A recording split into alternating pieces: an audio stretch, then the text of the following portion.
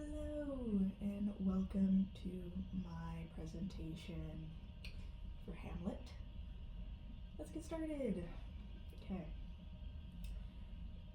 In Hamlet, the appearance of a ghost is crucial in advancing the plot and exposing the central conflict in the very beginning. We start off with the ghost appearing.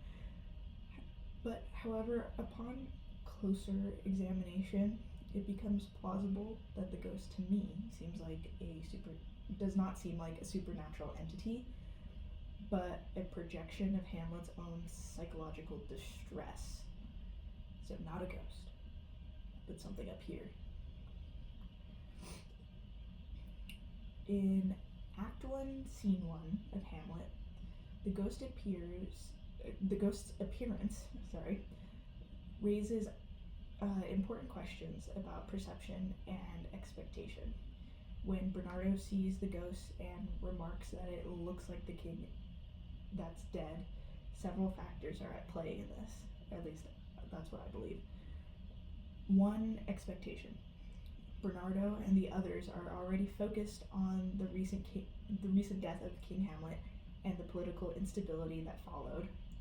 This focus primes them to interpret the ghost as the deceased king. Their prior discussions about the king set up an expectation, making them more likely to see the ghost as the figure they anticipate. Second factor is fear. The ghost's appearance heightens their fear. Seeing a ghost, especially one resembling the dead king, amplifies their anxieties about the state of Denmark. This fear influences their interpretation as the ghost becomes a symbol of their deepest uncertainties. And third is psychological impact. The ghost's resemblance to King Hamlet taps into the group's psychological fears about the throne and the future of Denmark. This encounter is not just a supernatural event, but also a reflection of their internal fears and anxieties. And then last but not least, confirmation bias. Once Bernardo identifies the ghost as looking like the dead king, the others are more likely to accept the view without questioning it further. This bias reinforces their fears and confirms their suspicion, shaping their perception of the ghost. So as you can see, this is the ghost. Here's the guardsman. These guys. Lovely photo. I don't know if you can see the ghost in this. Okay. An alternative, I would say, is let's consider for the ghostly apparition, the guards might be experiencing what we now call hypnotic hallucinations. These are vivid and disorienting visions that occur during the transition from sleep to wakefulness. Such hallucinations are actually quite common during traumatic and highly stressful periods as well. So in that half awake state, when they're guarding late at night, I would see that this might be happening to them because they're all kind of drowsy maybe and not fully aware of their surroundings. These hallucinations are actually relatively common in people. Even today, it's about 12% of people have these kinds of hallucinations. So that's why I believe that this could be another factor, or in of itself, how they see a ghost that looks like the dead King Hamlet. In the context of Hamlet, the guards are grappling with the recent death of King Hamlet and the political turmoil engulfing Denmark. These stressful conditions could make hypnotic hallucinations a plausible explanation for their ghostly encounter. Shakespeare, though not familiar with the modern concept, might be hinting that this phenomenon, rather than depicting a supernatural event, so it could just be suggestive, even though that's the only way he can explain that it's a ghost. This interpretation suggests that the apparition could be a product of the guards' own minds and anxieties within the story, and their vivid visions could be driven by their intense fears and instability around them, which might lead them to act in ways that appear irrational or even mad later on in the play, like how Hamlet is. It is also very common. in war times, people with PTSD have a lot of hallucinations. Sometimes they see things that aren't actually there. Okay, another phenomenon that might explain these almost hallucinations or tricks of the mind might be pareidolia, where people perceive familiar patterns, such as faces, in ambiguous stimuli. This causes people to see faces in inanimate objects. I don't know if you've heard of Man in the Moon or have seen the photo of the Virgin Mary on a grilled cheese. That's always funny to see. Or any of those sorts of things. A lot of people have like weird images of toast that they post all the time. This could be how the ghost looked like the king. It could have been a fog, mist, or a cloud that looks like a man, and just so happened it looked like the late King Hamlet. So it's their brain just filling in the gaps and thinking, oh, this might be him. Denmark is a relatively wet place. I wouldn't be surprised if fog got pretty thick and weirdly shaped when they were keeping watch through the night. Morning mist, morning fog is really common in damp places. So here we have, for the next slide, we're going to have examples on pareidolia, because I think that this is a really cool concept.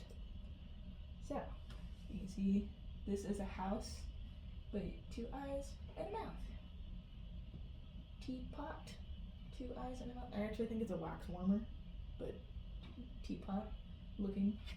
This is a purse, an ugly purse, 2 eyes and a mouth, it's frowning. Potato has 2 eyes and a mouth. Another potato, 2 eyes and a mouth. A tree, there's it. And then I don't know what kind of plug this is, but another one. And then this one has like a little face right here in this tomato. This one, I believe, is probably the closest depiction of what Hamlet and the guards could have seen. It has a pretty defined face with features in a cloud. I don't know if you see that. Hopefully you can. This one is kind of creepy. It's 2 eyes and then the mouth, or the nose and then the mouth down here. This one, these are the example faces. You see a face in the rocks, 2 parachutes, and then I think that's the sun.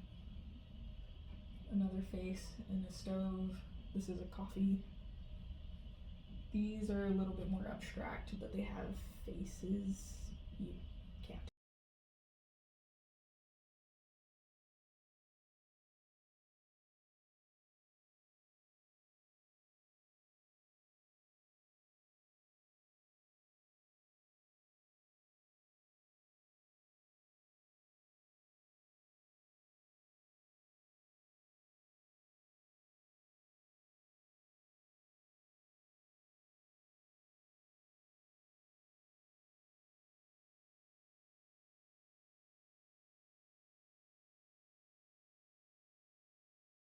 Tell on this, but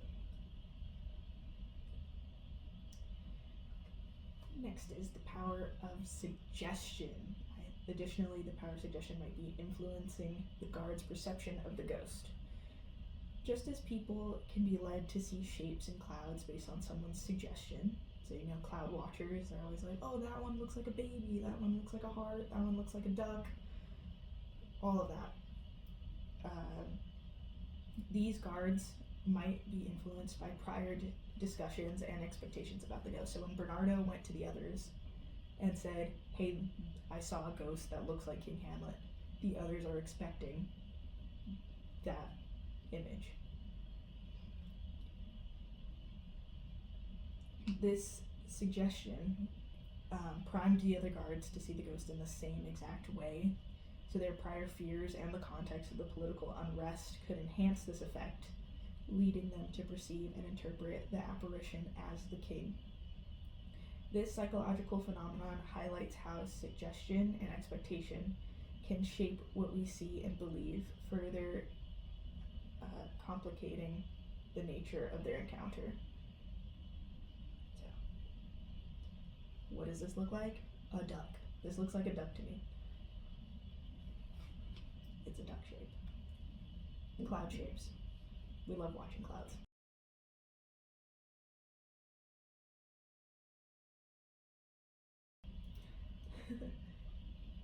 You also might be wondering why or how Hamlet was able to hear his father speak if the ghost was merely a hallucination. In the context of intense grief, hallucinations are indeed quite common. Such psychological states can amplify the vividness of hallucinations, making them more real. So we have the ghost here. This is dead King Hamlet leading small Hamlet Jr. over here in that scene. In Act 2, Hamlet is deeply suspicious of his uncle and mother, who is seemingly quick to shift emotions following King Hamlet's death, and that raised Hamlet's doubts on loyalty and what happened between them. His grief and pre-existing suspicions likely influenced his perception of the ghostly apparition. The guards, who were already convinced what they saw, and Hamlet overwhelmed by his emotions, might have experienced a shared hallucination, leading them to believe the ghost was the late king. This very powerful suggestion from the guards and Hamlet's mind being messed with his preconceived notions. That's kind of what I'm getting at. With Hamlet's own expectations and emotional state, would have made the ghost's voice and presence appear particularly real to him. Thus, the ghost's ability to speak could be understood as a product of Hamlet's intense grief and psychological vulnerability. People that are grieving go through hallucinations all the time. If you research anything about people with PTSD and how they think they're still in the traumatic situation and they hallucinate something happening in real time, I believe that's what was happening with Hamlet. In Act 3, Scene 1, during Hamlet's famous soliloquy, many interpret this as the moment when Hamlet's feigned madness begins to blur into real madness. While it's widely believed that Hamlet initially pretended to be insane as part of his strategy, I argue that his mental state was already deteriorating before this. Hamlet's descent into what seemed like madness can be traced back to his father's death. This profound grief and the traumatic events that follow, such as his mother's hasty remarriage and the political instability, exacerbate his psychological distress. By the time of his soliloquy, Hamlet is not merely pretending to be mad. His mind has been deeply affected by the cumulative stress and grief. This psychological turmoil intensifies by the unfolding events, contributing significantly to his unraveling state. This lovely imagery of Act 3, Scene 1.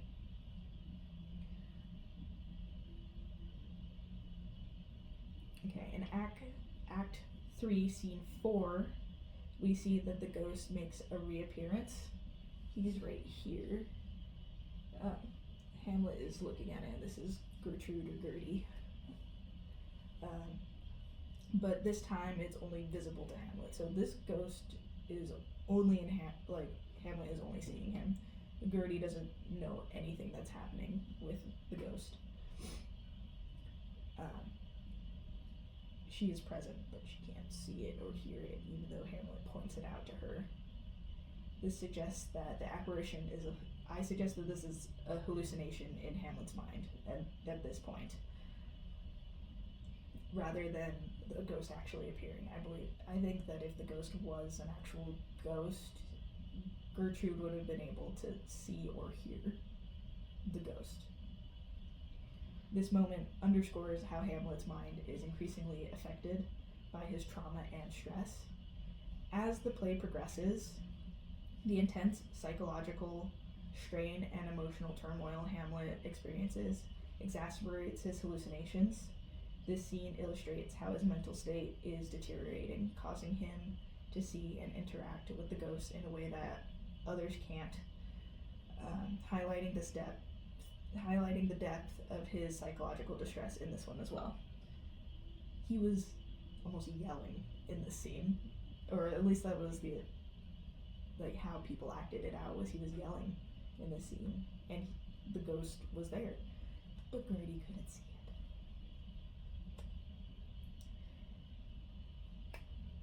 During this time, I know, psychology was not a thing.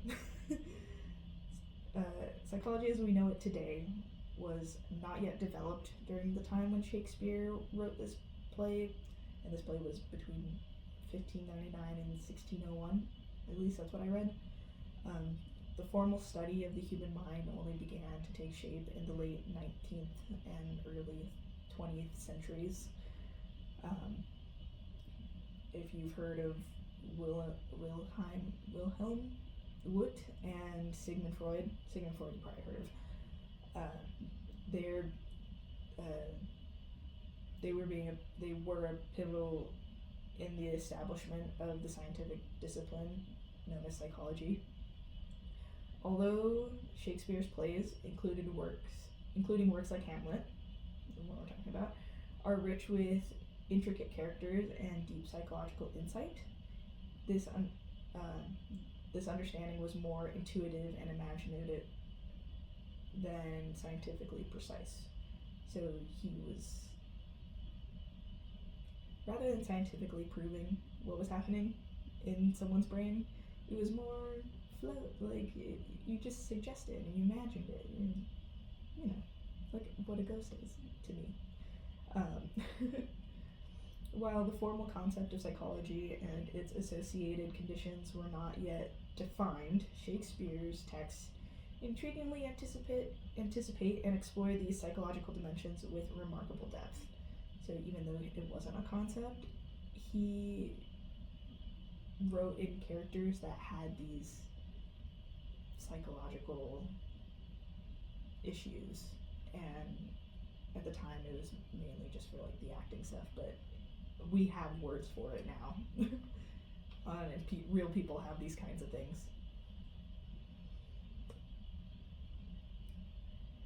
Considering all the factors, I am led to believe that the ghost in Hamlet is not a supernatural apparition, but rather a projection of Hamlet's own psychological turmoil manifesting as a hallucination. The end. And here are my sources, or my references. Thank you.